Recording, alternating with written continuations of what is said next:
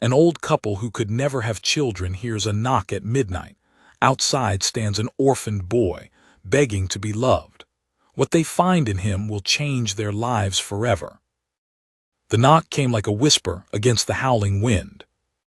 3 soft raps, hesitant, barely louder than the groan of the trees outside, but in the stillness of midnight it might as well have been thunder. Martha Lyle sat up first.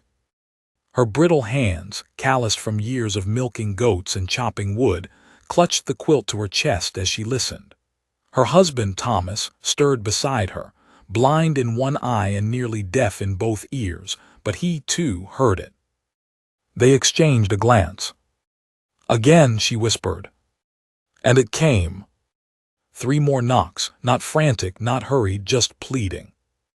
Thomas swung his legs over the edge of the bed and groaned, the cold floor slapping his bare soles. "No one's ever come here at this hour," he muttered. His voice, though gravelly with age, held a sharpness, the sort men kept even after their bones softened. Martha threw on her shawl and followed behind as he lit the lantern. Its flicker danced across the log walls of their tiny cabin nestled deep in the bitter hollow hills, a place forgotten by time, unreachable by most in winter. They de-built this place decades ago when their backs were stronger and their hearts full of hope. They had wanted children then, a houseful, but the Lord hadn't seen fit to grant that wish, and now only echoes kept them company in the long dark hours. The door creaked open. Lantern light spilled into the night. Snow flurried in soft spirals, glinting like ash in the beam, and there, standing no taller than Martha's waist, was a boy. His coat was too thin, a grown man's coat swaddled around him like a blanket, the sleeves dragging in the snow. His cheeks were red and raw, lips cracked, and eyes so wide they seemed to swallow the dark. "I'm sorry," he said, teeth chattering, "but I got nowhere to go. Please, please take me in. I've lost everyone." Thomas didn't move. His hand stayed firm on the doorframe, unmoved by the snow blowing across his feet. He'd seen wolves use tricks like this, send out the weak, lure in the kind. But Martha stepped forward. "What's your name, child?" The boy's lips trembled. "Micah." A name, a voice, not a trick. And now that she looked closer, the bruises across his knuckles weren't from falling. They were from surviving. She stepped aside without asking her husband's permission. "Come in, Micah." Thomas grunted but said nothing. He watched the boy carefully, his mind already scanning the shadows behind him for others, but none came. The door shut, and silence took the night again. Micah didn't speak much that first hour. He sat near the fire, arms hugged tight around his legs, staring into the flames like they held all the answers. Martha made him a bowl of oats and warmed milk over the stove. He devoured it without speaking. Thomas watched from the corner chair, his cane across his knees. Martha finally broke the silence. "Where are your people, son?" Micah's eyes didn't move from the fire. "Gone." "Gone where?" "Don't know, some died. Some ran, been walkin' a long time." That's when Thomas stood. He moved with the stiffness of old pain, but his voice still carried command. "How'd you know to come here? Folks don't just stumble on our cabin." Micah finally looked up. His eyes, brown and bottomless, held something ancient. "I heard singing." Martha blinked. "Singing?" He nodded slowly. "A woman's voice, I followed it." Thomas glanced at his wife and she paled. She hadn't sung in years, not since her miscarriage, the last one that broke her inside. Thomas stepped forward. "You tellin' tales, boy?" "No, sir." Micah looked him square in the eye. "It was soft, like a lullaby. It led me right to this porch." No one spoke. Outside, the wind screamed like it wanted in. That night, Martha didn't sleep. She sat beside the hearth long after the fire dimmed, watching Micah curl tighter into himself with every hour. His breathing was shallow. He winced in his sleep. In the silence, she saw things not with her eyes, but with that hidden part of the heart that listens. When dawn crept through the cracks in the shutters, she was already kneeling beside him, gently dabbing his forehead with a cloth. Thomas stood behind her. "You're thinking it." She didn't answer. "We don't know him." Martha looked up at her husband. "I don't think he's here to hurt us." Thomas sighed. "I'm not worried about that." "What then?" "I'm worried you'll love him." She looked down at Micah again. "It's too late for that." Over the next 2 days, Micah barely left the fireside. He spoke little, ate what was given, and flinched at every gust of wind or creak in the walls. Martha watched him like a hawk, not because she mistrusted him, but because something in her had reawakened. She began singing again. Soft, quiet songs while tending the fire or kneading dough. And each time, Micah would look at her with an expression that seemed older than his years, not longing, but recognition. As if he'd heard it before. On the third night, while Thomas chopped wood outside and Martha stitched a tear in Micah's borrowed coat, the boy finally spoke more than a sentence. "My mama sang that same song," he whispered. Martha's needle paused. "You remember her?" Micah nodded. "She died last winter. Fever took her. My pa blamed me. Said it was 'cause I kept crying all night. He left. Took my baby sister, said he'd come back." "He didn't." Micah's voice cracked. "I waited 3 weeks before I left. There wasn't no more food. Wolves started circling." Martha swallowed hard. "And you walked here?" He nodded. "From where?" Micah hesitated. "River Bend." Thomas stopped chopping wood outside. Martha stood slowly. "River Bend burned down last month," she said, her voice tight. "The whole town. Fire started in the hills." "I know," Micah whispered. "I saw it." He hadn't run from it. He'd survived it. That night a rider came. Thomas heard the hoofbeats first. Faint, distant, but unmistakable. No one rode that trail in winter, especially not alone. He stepped outside with his rifle and a lantern. Down the ridge, barely visible in the moonlight, a figure on horseback paused at the base of the hill, then turned and rode off. No message, no approach. Just the sight of a man watching. Thomas came back inside. "Someone's out there." Martha paled. "You think they're looking for Micah?" "I think we need to be careful." Micah was gone by morning. The blankets where he slept were still warm. The front door had been left open, letting in snow and silence. His boots were gone, but not his coat, not his scarf, not the hand-knit hat Martha had given him. Only a note scratched on the back of a wood chip. "Thank you, I won't let him find you." Thomas stared at it in silence. Martha collapsed into the chair, clutching the hat to her chest. But Thomas wasn't weeping. He was already loading the rifle. Micah hadn't run away. He'd gone to draw danger away from them. Snow blanketed the ridge in silence, but Thomas's heart pounded like a war drum. He'd seen eyes in the dark before, men who came with quiet horses and long shadows. That rider last night hadn't been lost. He hadn't been curious. He'd been hunting. And now the boy was gone, out there with no coat, no food, and some stranger tracking him through a white wilderness. Thomas didn't speak as he saddled the mule. Not to Martha, not to the Lord above. His movements were sharp, old muscle waking up like it remembered war. He lashed the bedroll tight and slipped his Winchester into the scabbard. "Don't," Martha whispered from the doorway. "You don't even know where he went." "He's just a boy," Thomas said, strapping his coat shut, "and he left to keep us safe." "You can't track in the snow. You can't ride that trail in winter, your heart." "I ain't riding the trail." He mounted the mule, teeth clenched against the cold.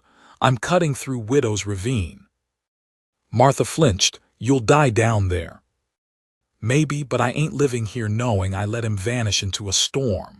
He looked at her then, really looked. "You were right. I already love him too." She didn't cry. She just handed him a scarf and kissed his forehead like it might be the last time. And then Thomas disappeared into the pale morning. Micah hadn't gone far. He couldn't. His feet were raw and blistered from walking miles the night before. His lungs burned with every breath, the thin air crueler than anything he'd faced since Riverbend. But the boy had made a promise, not aloud but in the very bones of him, that he wouldn't let harm come to the old couple. So he kept moving. By mid-morning the trail turned steep. The snow packed deeper up to his knees. He pressed forward anyway, following nothing but instinct, the ghost of a voice in his head that had once said, "You're stronger than you think, Micah. You always were." That voice wasn't his mama's. It wasn't his own. It was someone else's, someone still ahead. Back at the cabin, Martha prayed. She knelt beside the fire, her hands trembling, not with fear but fury. "Lord, I don't ask for much," she whispered. "But please, if there's any goodness left in this old woman, let them both come back. I'll give anything. I'll walk barefoot through the snow. A knock interrupted her prayer. 3 short taps. She froze. Slowly she opened the door. It was Micah. It was a man in a long black coat, soaked to the knees, a wide-brimmed hat pulled low over his brow. His horse stood behind him, steaming and restless. "Ma'am," he said, voice like gravel and thunder, "I'm looking for a boy." Martha's stomach turned. "What boy?" He smiled, slow and humorless. "'Bout this high," he said, holding his hand to his chest. "Brown eyes, wears a man's coat like it's a blanket, might have come knockin' round here a night or 2 ago." Martha narrowed her eyes. "Can't help you." The man nodded like he'd expected that. "You mind if I come in, just to warm up?" "I do mind." He looked past her, scanning the room with the ease of a man used to invading homes. "I got coffee," Martha said, voice trembling now, "but I don't serve liars." The man grinned again. "I ain't lying, miss, I just want what's mine." "He's not yours." His eyes sharpened. "Then you've seen him." The wind screamed across the valley. Martha stood tall. "I lost 3 babies before I gave up on Bain, a mother. Buried 'em all behind this cabin. So you listen close. If the Lord ever sees fit to send a child to my doorstep, I will guard him like heaven guards the gates." The man's face twisted. He stepped forward. And stopped. A click echoed from inside the cabin. Martha held Thomas's old revolver in both hands, barrel steady, arms shaking. "You come a step closer. I'll send you to the judgment seat right now." For a moment the world froze. Then the man raised his hands and stepped back. "No need for fire and brimstone, ma'am," he said lightly. "I'll be on my way. Don't come back. I always find what I'm looking for." He mounted the horse and disappeared down the hill, but not before tipping his hat with a mock salute. Martha bolted the door and wept. Micah reached the canyon edge by nightfall. He'd eaten nothing, drank only snow, but the light in the trees, soft and flickering, drew him like a moth. A campfire. Someone else. He crouched behind a log, heart hammering. The rider. He knew it in his bones. That man had been hunting him since Riverbend, had watched the fire consume the houses, had stood in the smoke as Micah fled. A man like that didn't just ride for money. He rode because he liked the chase. Micah crept back into the shadows. But he was too slow. A branch snapped. The rider stood, rifle already in his hands. "Well now," he said, "took you long enough." Micah turned to run, but the man didn't shoot. He just followed. Thomas was close. Too close. He saw the firelight in the gorge below and dismounted. His knees buckled from the ride, but he gritted through the pain. Rifle in hand, he crouched low and moved between the rocks like a shadow. Voices. "You got my little girl killed, Micah." The writer. She screamed your name when the flames took her. You left her, coward. Thomas's hands tightened. I didn't leave her, Micah cried. He dragged her away, said he'd sell her. A pause. Thomas blinked. Sell her? Don't lie to me, the writer snarled. You're the reason I've been sleeping in ash and chasing ghosts. You owe me. I'm sorry, Micah whispered. Then came the sound Thomas feared most, the click of a revolver hammer drawn back. Then this is me collecting. But the shot never came. Thomas's bullet caught the writer in the arm, spinning him sideways. Micah screamed. Thomas fired again, and the man dropped his gun and staggered back. You picked the wrong boy to chase, Thomas growled. The writer reached for his belt, but Thomas was faster. The old man tackled him, strength returning in a flood of adrenaline and fury. They rolled through the snow, fists flying, until Micah grabbed a branch and slammed it across the man's skull. He dropped. Silence. Thomas wheezed on his knees, heart hammering, vision swimming. Micah, you all right? The boy nodded, chest heaving. Good, Thomas whispered. Then everything went black. Martha waited 3 days. Every sunrise she climbed the ridge. Every sundown she lit the lamp and placed it in the window. And on the 4th night, just as she was ready to collapse from grief, a shadow appeared down the trail. It was Micah, dragging a sled. And on it, bundled in every scrap of blanket and fur, was Thomas, half conscious but smiling through cracked lips. Martha ran barefoot into the snow. They wept together as she kissed her husband's face and hugged the boy like he'd been born of her own heart. I didn't know where to go, Micah sobbed, so I followed your song again. Martha blinked. What song? I heard it again, same one, same voice. She looked at Thomas, who was shaking now, cold and weak but alive. You didn't sing. No, she said, clutching Micah close. I didn't. They all looked back at the ridge. And for the briefest second, as snow began to fall again, they thought they saw a figure there. A woman, hand over her heart, lips parted in song. But when they blinked, she was gone. The writer didn't die. They left him at the base of the canyon, tied and wounded, rifle buried beneath the snow. But when a group of mountain trappers passed that way a week later, they found nothing but a broken rope and blood trailing west. Martha and Thomas didn't speak of him again, not because they weren't afraid, but because they knew fear had no place in a home filled with love. And every night, as the fire crackled and Micah slept safely beside the hearth, Martha would hum that same old tune. And sometimes, just sometimes, she could swear she heard someone singing along. Winter did not release its grip on Bitter Hollow. If anything, it tightened its hold. The snows grew heavier in the weeks that followed Micah and Thomas's return. Paths disappeared. Trees bowed low under the white weight. Even the wind changed. It became quieter, as if even the forest was listening to something. Inside the cabin, something else was changing too. Thomas, once stubborn and cold as the stones beneath the firewood pile, began to soften.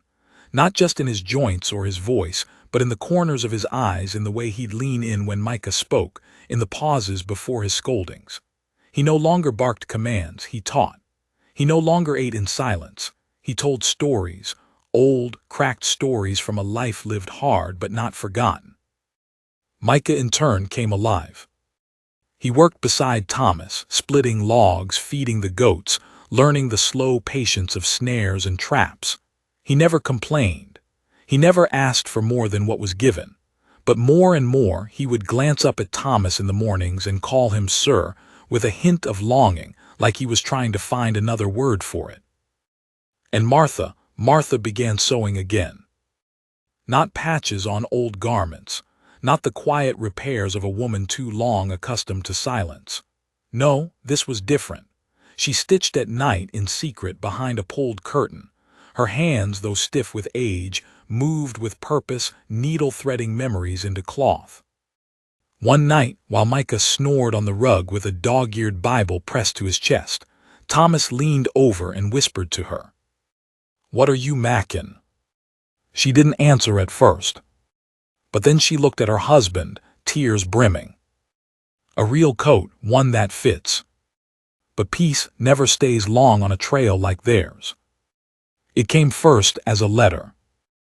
Wrapped in oilskin, delivered by a merchant riding northbound, his face flushed from cold and urgency. He had only paused long enough to say, "This one's got weight to it," before galloping off through the pass. Thomas didn't recognize the handwriting, but as he read the letter by lantern light, his hands began to shake. Martha took the parchment from him when he could no longer hold it. Her lips moved silently as she read, and Micah watched them both from across the room. The letter was short. Thomas and Martha Lyle. Words traveled of a boy taken in during the Riverbend fire. Folks down here are asking about a child that went missing from the orphanage 2 years prior. Name was different then. Josiah. Brown eyes. 5 years old when he vanished. If it's the same boy, he's got family. I'm heading up with proof. I'll be there before thaw. There was no signature. Only a mark, 3 initials burned into the bottom in crimson wax, WLF. Micah had never heard those letters. But Thomas had. Years ago, when they still wrote to the world, when they still hoped to adopt. He'd written to the Western Lost Foundation, a small, Christian-run network that kept track of abandoned or orphaned children, and sometimes arranged placements for families too poor or too distant for the city courts. They had never responded. But now, years later, they had. And with that response came a knife. Because Martha understood something instantly. If Micah truly belonged to someone else, if there was proof, he might be taken from them. That night she crept out into the snow. Thomas followed her silently, both wrapped in thick coats. The stars above were sharp, and the trees seemed taller somehow, leaning in, listening. "I can't lose him," Martha whispered, voice nearly lost in the wind. "I won't." Thomas looked down the path that wound through the trees. "He's not ours. He is now. You heard what they said, family." "And where were they when he wandered half-starved into the woods?" she hissed.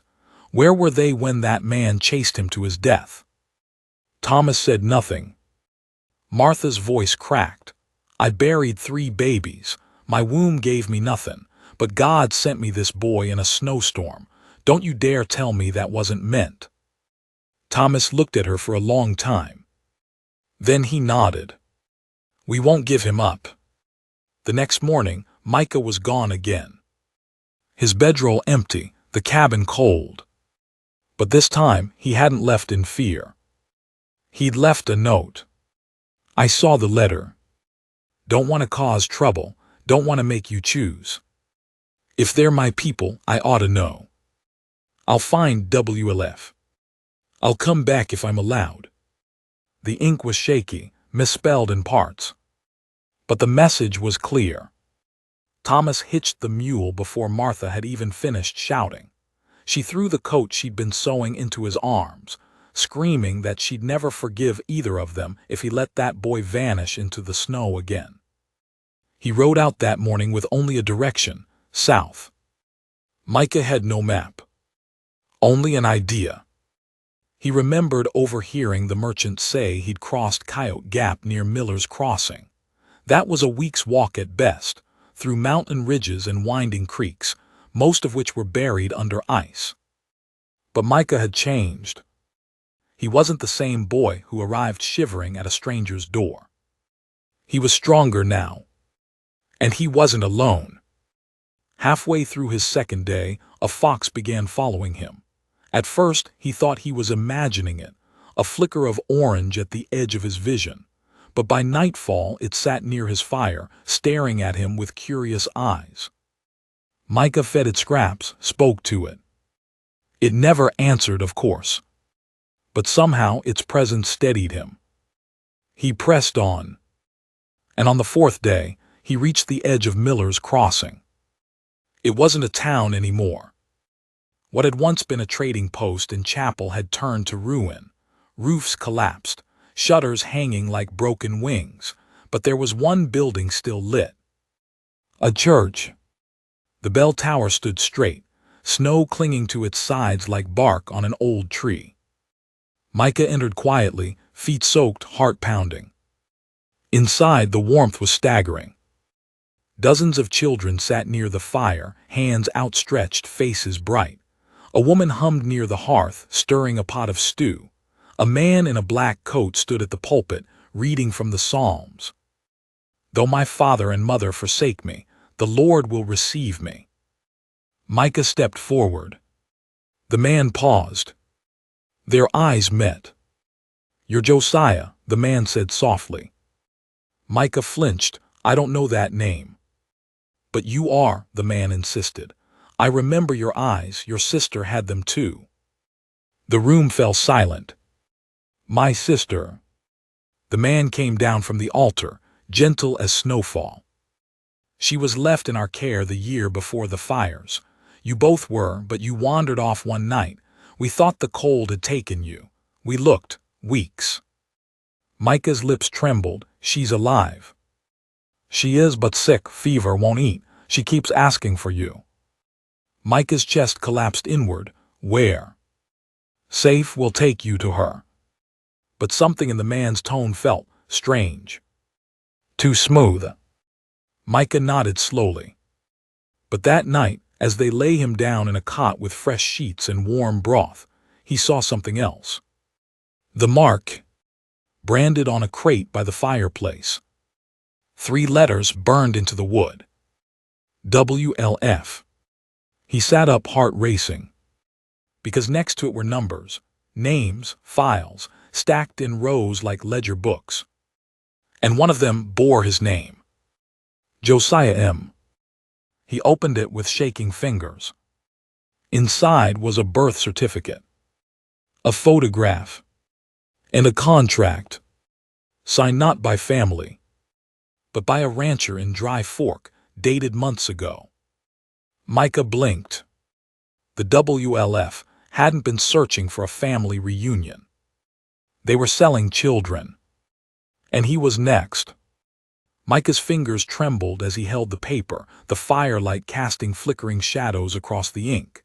His name was there not once but 3 times. Josiah M., age 7, status. Available. Below it, scribbled in a sharp, slanted hand, was a rancher's name he didn't recognize. Alongside it, a single word stood out. Pending. Pending what? He didn't have to wonder long. The words of the sermon earlier echoed back with an eerie precision. Though my father and mother forsake me, the Lord will receive me. It sounded so kind at the time. But now, in the hollow stillness of the back room where he had crept in secret, those words carried another meaning entirely. Micah's breath fogged in the cold room. His heart pounded so loud he was sure someone would hear. He stuffed the folder back into the stack and tiptoed out, careful not to make the floorboards creak. But just as he passed the threshold, he froze. A shadow stood at the door. You weren't supposed to see that. It was the man from the pulpit. Micah stepped back, eyes darting for a way out. You're not in danger, the man said, holding up his hands. Don't run, you don't understand what this place is. I understand enough, Micah snapped. You're selling kids. The man exhaled slowly. We're finding homes, real homes, folks that can give you what that poor couple in the hills never could: land, safety, future. I have a home. You have a cabin built on tears. That old man's barely breathing. That woman clings to you like a ghost. That ain't a life. It's mine. The man took a step forward. You want your sister or not? Micah's breath hitched. She's here, the man continued. She's sick. She won't speak to anyone. She just keeps whispering your name. If you leave, she'll die thinking you abandoned her. That stopped Micah cold. He didn't run. He let the man guide him down the corridor and up the narrow staircase at the back of the church. They climbed in silence. The walls grew tighter, and the air smelled of burning oil and damp wood. At the top of the stairs, the man unlocked a heavy door. Inside, a single candle flickered. And in the corner, huddled in a cot far too big for her, was a girl. Her hair was matted, her arms were too thin, but the moment Micah stepped inside, her eyes widened. Josiah. His knees gave out. He crawled across the floor and wrapped her in his arms. She was warm and fragile, and her body shook with sobs. "I thought you died," she whispered. "I thought the fire." "I came back," he choked. "I came back for you." They gave him one night. One night to stay by her side.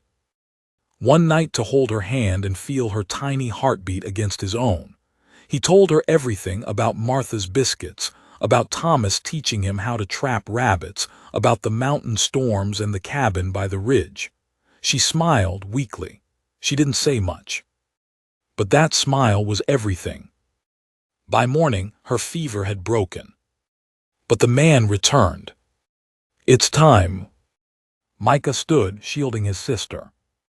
"No. She has no place out there. She needs medicine. She needs heat. You take her into that snow and she'll die.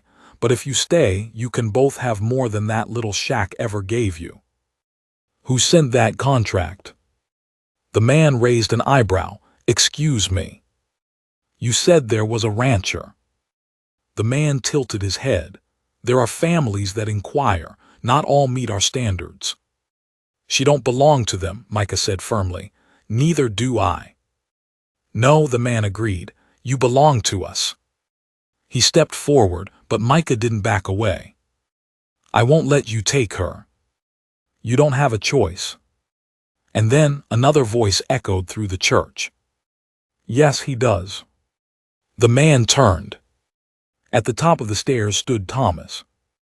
His face was pale, his coat was torn, his hands trembled not from cold but fury.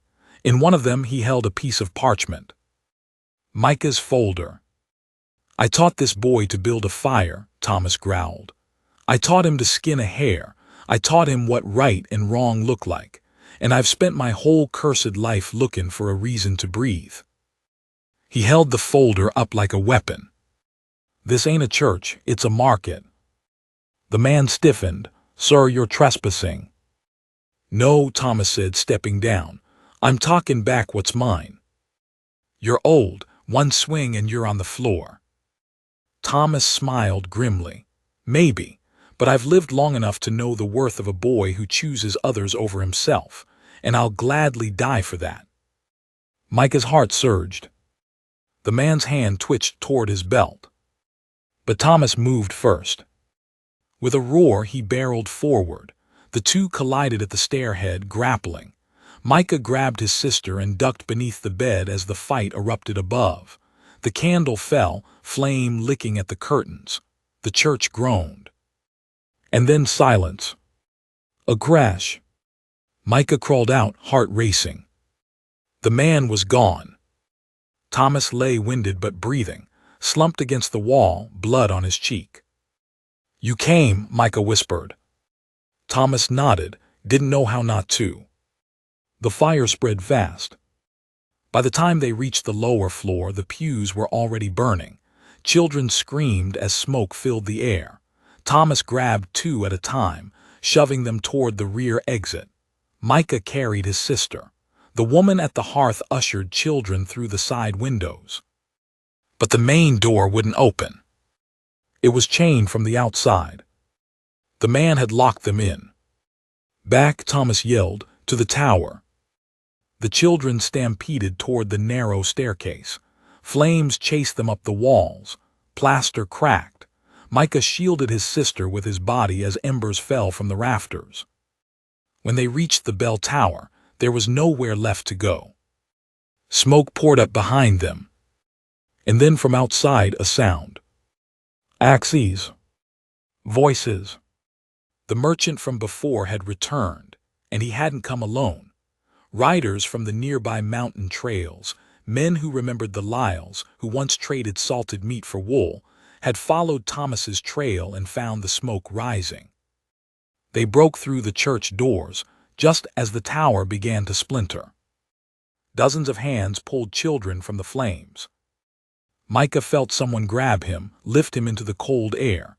His sister followed. And finally, Thomas. The moment they were safe, the church collapsed behind them. And with it the ledger, the files, the contracts. Everything. Gone. They buried the man they found beneath the tower ruins. His name was never spoken again. Some said he was just a merchant turned zealot. Others said he once lost a child and tried to fill the void with control. No one knew for sure. But they all knew one thing. What he built was evil. And what rose in its place had to be better. Micah didn't speak for 3 days. Neither did his sister. They stayed in a small lean-to near the stream while Thomas recovered. The riders had brought food and firewood, but no one pushed them to talk. Until finally, one morning Micah spoke. She said her name's Clara. Thomas nodded, whittling a stick. That's a good name. She wants to come home with us. Thomas looked up. Then we'll make room. But we don't have room. Thomas smiled. We'll build more. Micah was quiet. Then, you think Martha'll be mad? She'll cry first, Thomas said. Then she'll make biscuits. The journey back to Bitter Hollow was long and cold. But this time, Micah didn't feel alone. He rode behind Thomas, arms around his sister, the scent of smoke still in their clothes. The fox followed at a distance, darting through trees, silent as ever. And when the cabin finally came into view, the lantern still glowed in the window. Martha stood at the porch. She didn't move until they reached the steps. Then she dropped to her knees and wept. Clara stepped forward first, unsure. Martha opened her arms wide. No words. Just warmth. Micah wrapped his arms around both of them. And for the first time since the fire, he let the weight of everything go. The cabin grew louder in the weeks that followed. More laughter. More footsteps. More life. Clara slept in Martha's bed until Thomas built her a cot beside Micah's. She spoke in whispers, asked questions with her eyes, but each day her voice grew stronger. And each night she sang. Not full songs, just little hums. Melodies Micah didn't remember, but Martha did. They're lullabies, she said one night, brushing Clara's hair. Ones I used to sing before I stopped believing I'd ever need them. Thomas chuckled from the corner. Now you need 2 more. 3, Martha corrected. They looked at her. I'm sewing a cradle, she said softly. No one asked why. No one needed to. Some things the Lord gives after long winters. Some things come knocking at midnight. Spring in Bitter Hollow didn't arrive all at once. It crept in slow, like a promise half believed. First came the thaw, then the birds.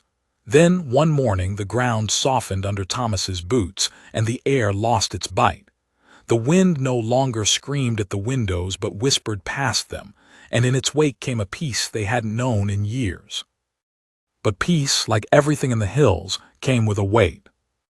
The family of 4, for that's what they were now, though no court had signed a paper nor preacher spoken vows, moved like pieces finally fitting together, but not without friction. Clara was gentle, shy, and slow to trust. She clung to Micah when he moved through the trees or helped Thomas lay traps. She watched Martha knead dough but never reached for the flour herself. Her eyes always scanned the windows after dark. She kept her boots near the door and her coat never far. Micah knew that fear. He had lived it, but now he'd outgrown it, and watching it in her stirred something protective and older than his years.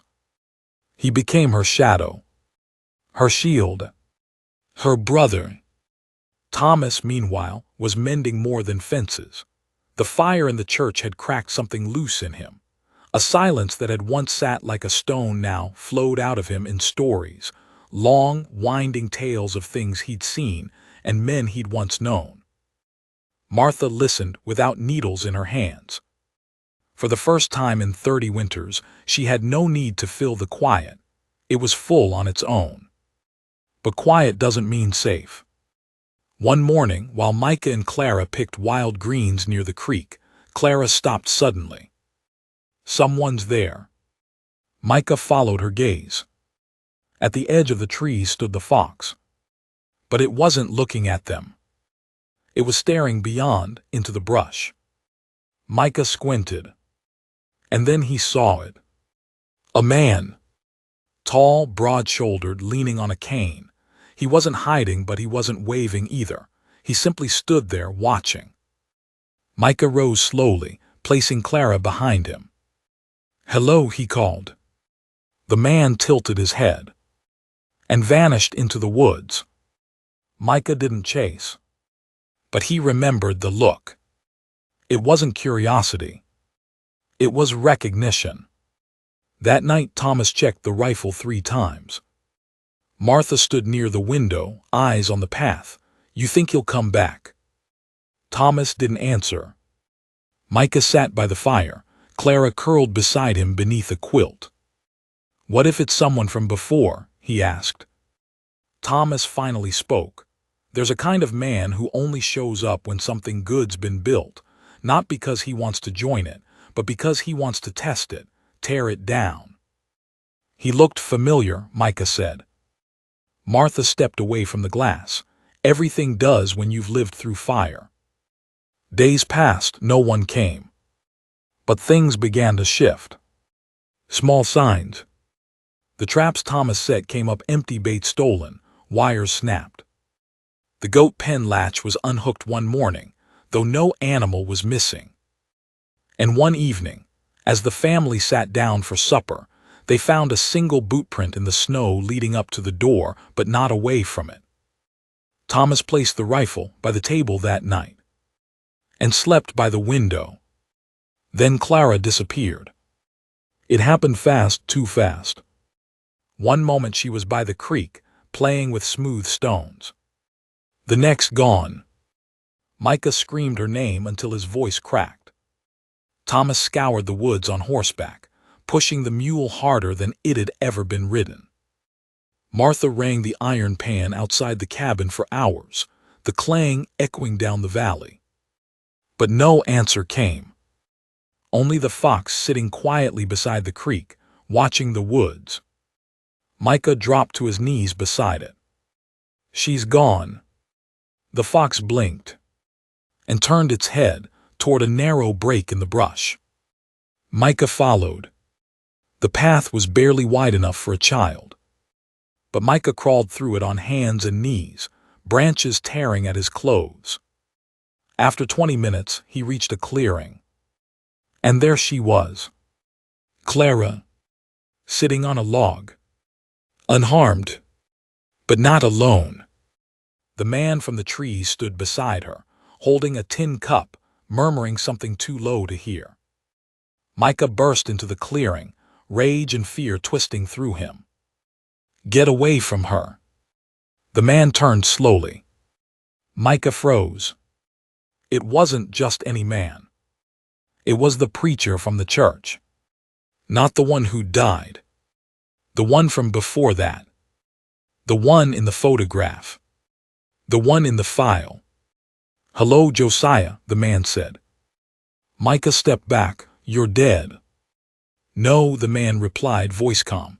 "I'm just out of work." Clara clung to Micah now, eyes wide. "He didn't hurt me, he gave me tea." "Don't drink it," Micah whispered. The man sighed. "I didn't come to harm her, I came to see you." Micah's fists clenched. "Why?" "Because you did something I never could. You ran toward the fire." Micah didn't understand. The man looked older now, not in years but in weight. His coat was worn, his boots mismatched. "I built something terrible once. I thought it would save people, save me. But it burned, and all that's left is you." Micah narrowed his eyes. What do you want? To see if it worked. What? If a child raised in fire could carry light. Micah shook his head. I'm not yours. No, the man said, you're better. He turned and walked into the woods. They never saw him again. Thomas searched the clearing 3 times. Found nothing but ashes where the cup had been.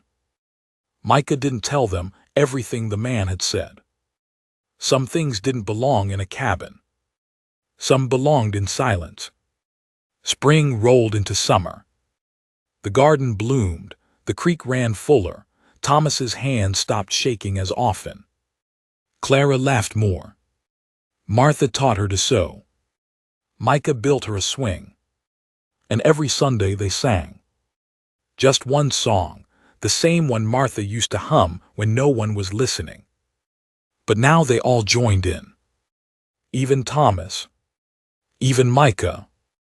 And sometimes, when the wind passed through the trees just right, it sounded like there was a 5th voice, quiet, distant, but familiar. Late one night, as rain whispered on the roof, Clara asked a question. Mama. Martha paused at the stove. Micah sat up from the cot, wide-eyed. Clara repeated, softer this time, Can I call you that? Martha dropped the ladle. It hit the floor with a dull thud. Then she crossed the room, knelt beside Clara and held her face. You can call me anything you want, my sweet girl. What about Papa? Clara asked, eyes flicking to Thomas. Thomas looked away, swallowing hard. Martha turned to him. Well, he cleared his throat, I'd be honored. Clara smiled. Micah did too. But he didn't say the words that night. Not yet. Not until he was sure they weren't just building a moment, but a life. That moment came weeks later. A letter arrived again, brought by a trader passing through from the east. This one wasn't sealed in wax. It was wrinkled, smudged by rain, and written in a child's hand. It was from a girl named Lydia. She had been in the church the night it burned. She was now living in a town called Balsam Point, taken in by a widow with 5 sons. She wrote, I still hear the songs. Sometimes I think they come from the mountains. I hope you're safe. I tell everyone about the boy who ran through fire for his sister. I tell them your name. I hope you don't mind. Micah held the letter for a long time.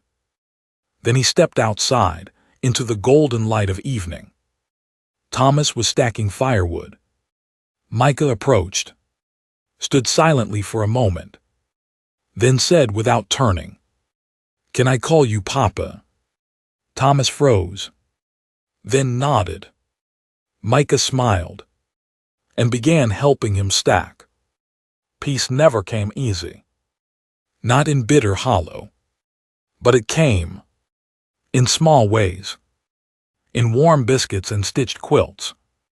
In wooden swings and planted seeds. In names spoken aloud after years of silence. And in the hearts of a boy and girl who once wandered through fire and found a home that chose them back. By summer's end, the mountains were green again, thick with bird call and bloom. The snow that once threatened to swallow everything had long since melted down the valley, and Bitter Hollow shimmered beneath a canopy of sun-dappled trees. Inside the Lyle cabin, laughter had returned like it never left. Clara ran barefoot through the clearing with a wooden doll strapped to her back. Micah trailed behind her, whittling a toy horse from a block of pine, the shavings curling at his feet. He'd grown taller, his voice deeper, but his hands still remembered the cold and the fire. Thomas watched them both from the porch, a slow grin on his weathered face, his bad leg propped up on a stool. Beside him, Martha embroidered a quilt square with 2 names stitched in green thread, Micah and Clara. A third name, barely begun, waited underneath. Neither of them mentioned it yet, but all 4 knew it was for the child Martha carried deep in her belly. That news had come quiet.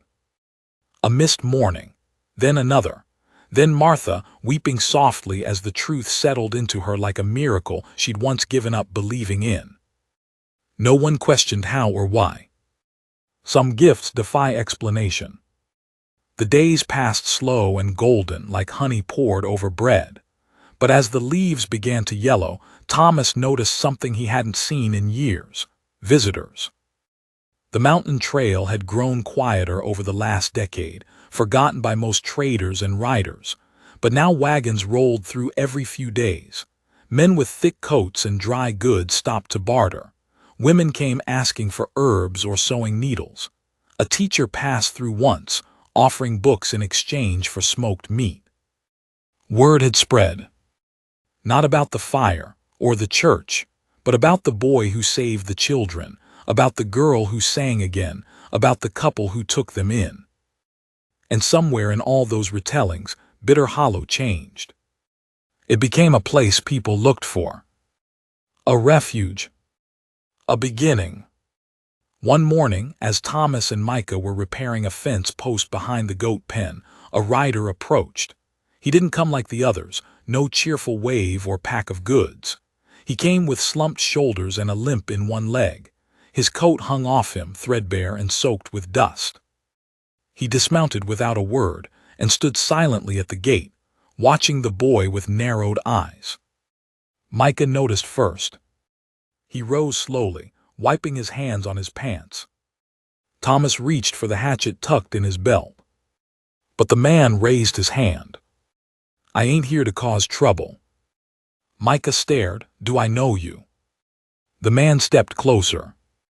And Micah saw the scar. A deep, jagged line across the man's cheek, running from ear to jaw. It hit him like a thunderclap. "You were with him," Micah whispered. The man nodded. He said you died." "He lied." Thomas stepped forward. "What do you want?" The man looked at Micah. "To tell the truth." They sat in the barn, the door open to the late morning light. Clara stood in the loft, watching from above, silent as a mouse. Martha stayed near the porch, but her eyes never left the barn. The man, who called himself Harlan, told the story slowly. He had once worked for the preacher, not the one who burned with the church, but the one before, the real WLF. "I believed in it," Harlan said, eyes low. "Thought we were rescuing orphans, putting them in godly homes. Then the money started showing up, and the homes got worse." He paused. Not families, not safe, just folks who wanted workers or worse. Micah swallowed hard. "I tried to stop it," Harlan said. "That's how I got this." He touched the scar. "He caught me warning a boy, said betrayal deserved punishment." "And the preacher?" Thomas asked. "He disappeared before the fire, left the other one in charge, the one who died, said he was going north, said he was done hiding. I followed his trail, but he vanished." Micah blinked. "He came back." "What?" Micah nodded. "He found me, talked to Clara, said he wanted to see if it worked." Harlan's hands clenched. "That devil's still breathing." "I don't know. He walked into the woods and never came back." Thomas leaned forward. "Why come here now?" Harlan's voice broke. "Because I found something at a place called Bay Hollow, another preacher, another house full of children, and a file with Micah's name scratched out, same mark, same 3 letters. Martha stepped into the barn then, clutching her belly. "He's trying again." Harlan nodded. "He won't stop." That night the fire burned bright in the hearth, but the warmth in the cabin was different, tighter, edged with unease. Thomas unfolded a map on the table. Bay Hollow's 3 days east, past Dead Man's Gorge. "I'll go," Micah said. "No," Martha snapped. "I'm the reason he's still out there." "You're a child." Micah rose. "Not anymore." Clara stood. "Then I'm coming too." Martha grabbed her arm. "You will not." Clara turned to Micah. "What if he finds another girl like me?" Silence. Thomas sighed. "We don't even know what we'll find." "We know enough," Micah said. "We know there's a child waiting, just like I was." Harlan looked at Thomas. "I'll guide them." "No," Thomas said, "you'll guide us." Martha stepped forward. "You're not going without me." "Darlin', I lived through silence once. I won't do it again." Thomas looked at her belly. Martha didn't flinch. "The safest place for this baby is with its family." They left the next morning. The four of them, Thomas, Martha, Micah, Clara, and Harlan, leading a mule burdened with supplies. They told no one, left no letter. The neighbors who had recently begun to trickle into Bitter Hollow would find the cabin quiet and the hearth warm. They followed old trails, cutting east through pine and shale. The air grew colder the deeper they went. On the second day, they crossed a bridge half fallen into the gorge, Thomas holding Martha's hand like it was made of glass. Clara never complained. Micah never hesitated. Harlan watched them with something close to awe. Bay Hollow was worse than they feared. The house stood in a clearing surrounded by dead trees, not felled but starved. Their branches clawed the sky like bones. The windows were shuttered. The air smelled of oil and dust. No voices. No fire. No sign of children. Thomas raised his rifle. Martha clutched her scarf. Micah stepped forward and pushed open the door. The inside was empty. Not just of people, but of everything. Beds stripped, papers gone, ashes in the hearth. A mark was carved into the floorboards. 3 letters. WLF. Fresh. Below it, a single line was etched in something darker than charcoal. "He is watching still." Clara turned away, choking back tears. Micah touched the mark, then rose and faced them all. "We burn it." Thomas nodded. That night they lit the place aflame. Watched it collapse inward, the smoke rising like a final prayer. No children had been there. No toys, no clothing. It was as if it had been staged, a warning or a message. But it was also a promise. A line in the dirt. No more. They returned to Bitter Hollow days later, weary and quiet. But changed. No more letters came. No more riders passed. The mountains held their peace. And in the stillness, something new began. Martha's labor came under the autumn moon. Thomas boiled water and shook like a leaf. Clara fetched towels. Micah held her hand. It was a long night. But by dawn, a cry filled the cabin. A girl. Tiny, pink, furious. Martha wept. Thomas sat beside her, his hand on her back, whispering thanks to God through cracked lips. Micah stood near the window, the child in his arms. He looked out at the woods. No figures. No fire. Just fog curling through the trees. And for the first time in his life, he didn't feel like he was waiting for something to go wrong. He felt whole. That evening, as they ate soup in silence, Clara broke the stillness. "What's her name?" They all looked at Martha. Then at Thomas. Then at Micah. Micah looked down at the sleeping child in his arms. "Hope," he whispered. Martha smiled through tears. "Her name is Hope." The baby cried with a sound that wasn't weak or pitiful. It was full-bodied and defiant, the kind of cry that said she'd survive anything this world hurled her way. Hope, they named her. A name born not of wishful thinking, but of truth forged through fire, blood, and tears. Hope was a new kind of storm in the Lyle cabin. She woke them at midnight, just like Micah once had, though for far less tragic reasons. Martha, exhausted but glowing, learned to hum again, not just lullabies, but small, wordless tunes she'd long since forgotten. Thomas, despite the creak in his joints and the tremble still present in his left hand, insisted on carrying her around the clearing every morning, wrapped tight in a blanket Clara had stitched herself. Micah, he held her like he was holding a second chance. But not everything could stay nestled in peace forever, not in a world like theirs. Because shadows, even the ones we outlive, don't disappear. They follow. And one morning, just as the frost kissed the edge of the garden, a boy arrived. He couldn't have been older than 10. Ragged clothes, split lip, a black eye half-healed. He came limping up the ridge with nothing but a bag of rocks and a letter sewn into his coat. Martha spotted him first. Her instincts had grown sharp, that part of a woman's soul that knows what it's like to be hunted. She called to Thomas, and Micah came running. The boy collapsed just outside the cabin, breath huffing white clouds, his voice nearly gone. They're building it again. Martha knelt beside him. Building what? He looked up with swollen eyes. The house like the one before. Where? The boy coughed, north in a valley called Sable Creek. Micah felt it before anyone else, a sickness in his chest. Not fear, not even anger. Something deeper. Resolve. The boy's name was Amos. He'd escaped from a group of riders just 4 days earlier.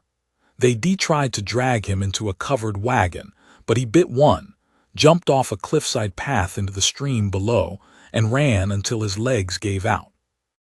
He didn't know how he found Bitter Hollow, only that he kept heading toward the song. Micah sat with him as he drank warm broth and told his story in pieces. They say they're starting over.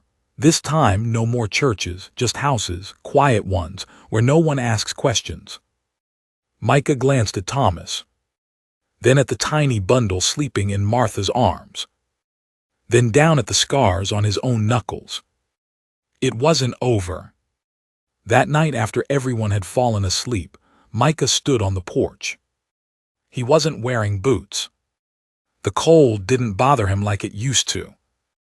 He stared into the woods, breath steaming. Micah, Thomas said behind him. He didn't turn. You're thinking about going.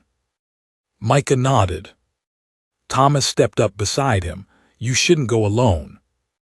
I won't, he said, but I have to go first. Why? Because I know what to look for. Thomas exhaled slowly. We burn one house and another grows. Then we burn that one too. It's not just fire that ends evil, Thomas murmured. It's replacing it with something better. Micah looked at him, then help me build it. The next day, Micah and Thomas left Bitter Hollow. This time they rode fast and light, just the two of them, with Amos riding behind, guiding them north. Sable Creek was real, not a town, just a name scratched on a signpost nailed to a half-buried tree. But the buildings they found there were worse than real. The house stood on a flat ridge, painted white and blue like a dollhouse. Cheerful, clean, too clean. The windows were barred from the inside. Micah didn't knock. He walked straight through the front gate, Amos at his heels, Thomas covering the rear. A woman in a red shawl met them at the door. She smiled too wide. Her teeth were stained. Her eyes never blinked. Welcome, she said. You're just in time. We're feeding the children. Micah's gut turned. He stepped past her, ignoring her hands, her forced cheer. The hallway smelled of bleach and silence. He counted doors. 5 on the left, 4 on the right. One bolted shut. He stopped there. What's in this room? He asked. The woman's smile didn't waver. Storage. Thomas stepped beside him. Open it. I don't have the key. Micah looked her dead in the eyes. Then we break it. The door shattered under Thomas's boot. Inside, 10 children sat cross-legged on a floor of dirt and straw. No light, no heat, just silence and fear. The moment they saw Amos, they stood. The moment they saw Micah, they reached. He fell to his knees and hugged the first one. Thomas turned back to the woman. But she was gone. The house burned that night. Micah waited until every child was out, every bed stripped, every drawer emptied. He struck the match himself, but Thomas dropped it. They stood together and watched the flames rise. Then they walked away without looking back. They led the children east to a cabin built long ago by Thomas's younger brother. It stood vacant now, half-rotted but repairable. Within days, riders from Bitter Hollow brought supplies, food, cloth, hands to help. Word spread. Again. But this time, not about fire. About a home. About a family that took in not just two, but anyone who had nowhere else to go. Back in Bitter Hollow, Martha waited. She sang to Hope, told her stories Micah once told her, sat with Clara as they carved names into new fence posts. Clara had changed. She didn't flinch at thunder anymore. She didn't keep her boots by the door. Instead, she kept a journal, one she never showed anyone. She wrote every night by lantern light, words flowing like water through her hands. And every night, she left a space at the bottom of each page. A space for names. Names of the children Micah would bring back. By winter, Bitter Hollow had changed. What had once been a single cabin became 5. Then 10. No town, no sheriff, no saloon. Just homes, all within sight of one another. Each built with the same rules. No locks on bedroom doors, no ledgers, no secrets. Only firewood and quilts and strong fences. And every evening, as the sun dipped low, one cabin, the first cabin, would light its lantern. And the others would follow. A trail of lights down the hill. A signal. You are not alone. Micah turned 16 that year. He didn't mention it. But Thomas did. They threw a quiet gathering with stew and dried apples. Clara made a crown of pine needles. Martha baked a cake that leaned too far to one side. Micah ate it anyway. And when the sun set, he sat with Hope on his knee, Clara beside him, Thomas on the porch, and Martha humming something soft in the background. He didn't speak for a while. But then he said, "I never thought I'd live long enough to be older than I remembered." Thomas smiled. That's the trick, stay long enough and even the worst days feel far. I'm scared, Micah admitted. Of what? That one day I won't be enough. And in the stillness, he thought he heard it again. The song. Not one voice, but many. Layered and rising. Not behind him. Not ahead. But all around. Like the sound of a family being built in the dark. By spring, 3 more cabins had risen. 12 more children filled them. A teacher came from the valley with books and paper. A carpenter from the plains brought his tools and stayed. A widow arrived with twin babies on each hip and never left again. Bitter Hollow stopped being a hiding place. It became a village. Not one with a mayor or a map, but one where names mattered. Where stories were told and songs were sung and work was shared. Where the deepest wounds were met not with pity, but purpose. On Micah's 18th birthday, they held a gathering. Not just for him. For all of them. They cleared the field beside the stream, lit a fire that roared into the sky, and passed around bowls of stew and fresh cornbread. Hope ran between the grown-ups, tossing pine cones into the fire and shouting that they were blessings. Micah stood quietly near the edge. Watching. Clara joined him, arms crossed. You okay? He nodded, just remembering. Anything good? Everything. She nudged him, you should say something. I don't do speeches. She pointed at the children climbing the old fence. They don't know that. Micah exhaled. Then stepped forward. The crowd quieted. He looked around at Thomas and Martha, at Clara and Hope, at Amos and Judith, and the dozens of children who had come through fire just like he had. "I don't have much to say," he began. "But when I was little, I thought families were something you were born into, or lucky to find. But I was wrong." He glanced at the fire. "I've learned that families can be made, built like cabins, forged like horseshoes, carried like names." He looked up. "I didn't survive because I was strong. I survived because someone opened a door." Silence. Then Martha stepped forward and took his hand. Then Clara. Then Hope.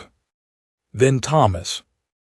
And one by one, they all joined, until every hand was linked around the fire. Not in ritual, but in truth, in memory, in promise.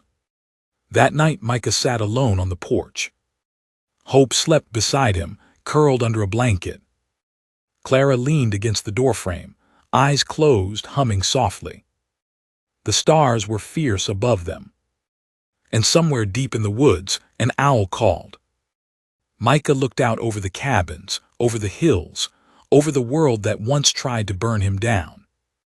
He thought of the first night. The knock, the song, the door creaking open. And he whispered to no one in particular, "I came with nothing." He looked down at Hope. "At least that's what I thought."